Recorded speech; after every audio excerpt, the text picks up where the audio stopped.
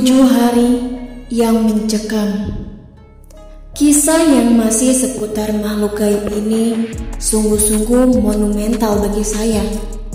7 hari, 7 malam yang penuh dengan pesona mistik. Makhluk Tuhan yang satu ini sungguh luar biasa dalam menggoda dan menggoyahkan iman seseorang.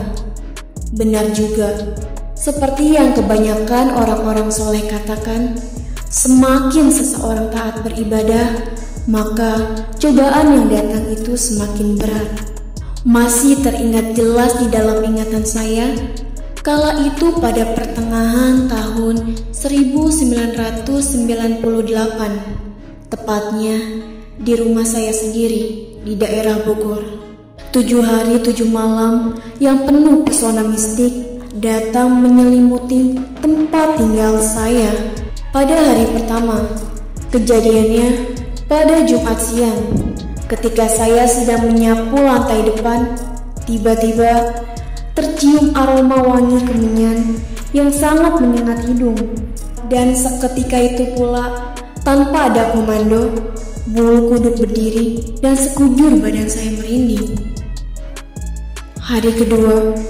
Di hari kedua ini, kejadian-kejadian aneh mulai bermunculan. Perabotan dapur yang biasanya disimpan pada tempatnya masing-masing, kini berpindah tempat. Salah satunya di antaranya lenyap entah kemana. Baru saja kami sekeluarga mencari-cari perabotan yang hilang tadi.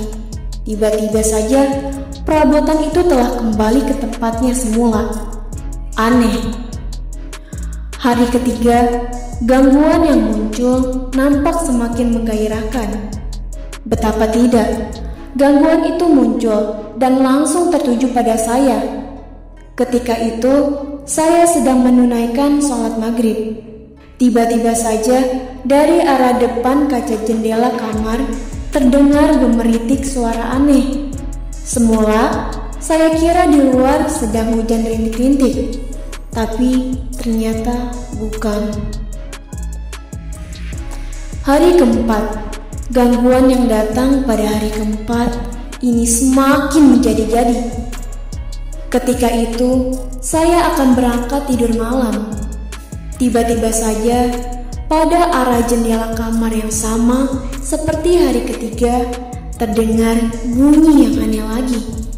Suara-suara yang sangat merdu dan menggetarkan sanubari.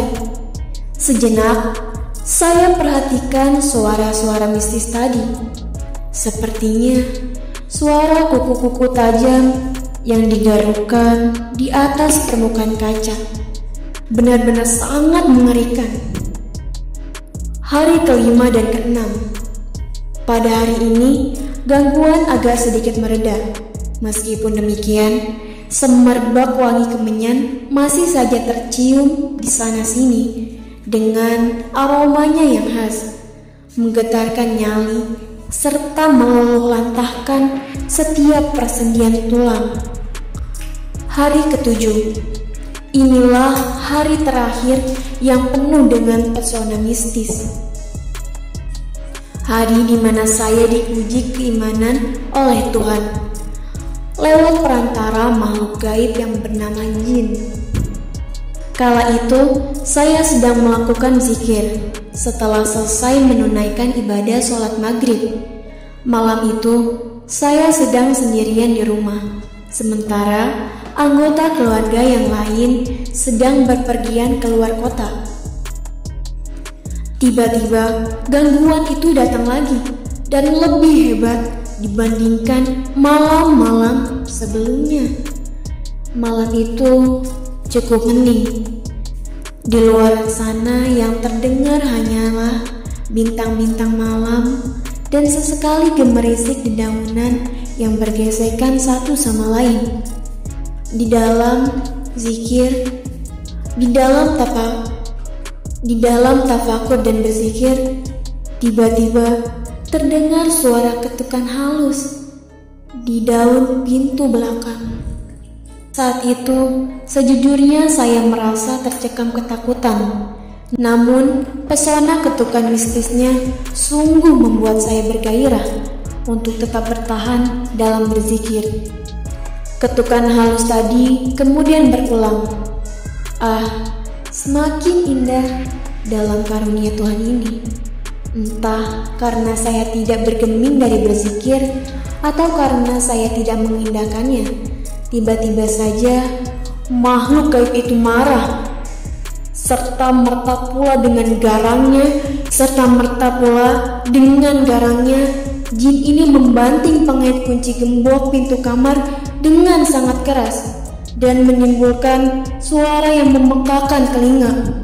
Hampir saja saya terkejut dibuatnya, tapi kali ini tidak. Syukur waktu sholat Isya telah tiba. Suara kumandang azan di kejauhan saja cukup megahkan hati yang dari semenjak tadi dicekam dengan rasa was-was. Saya bangkit dari berzikir dan kemudian berkata, Apakah kamu mau sholat berjamaah dengan saya? Ajak saya sambil memalingkan wajah ke arah di mana saya perkirakan jin itu ada.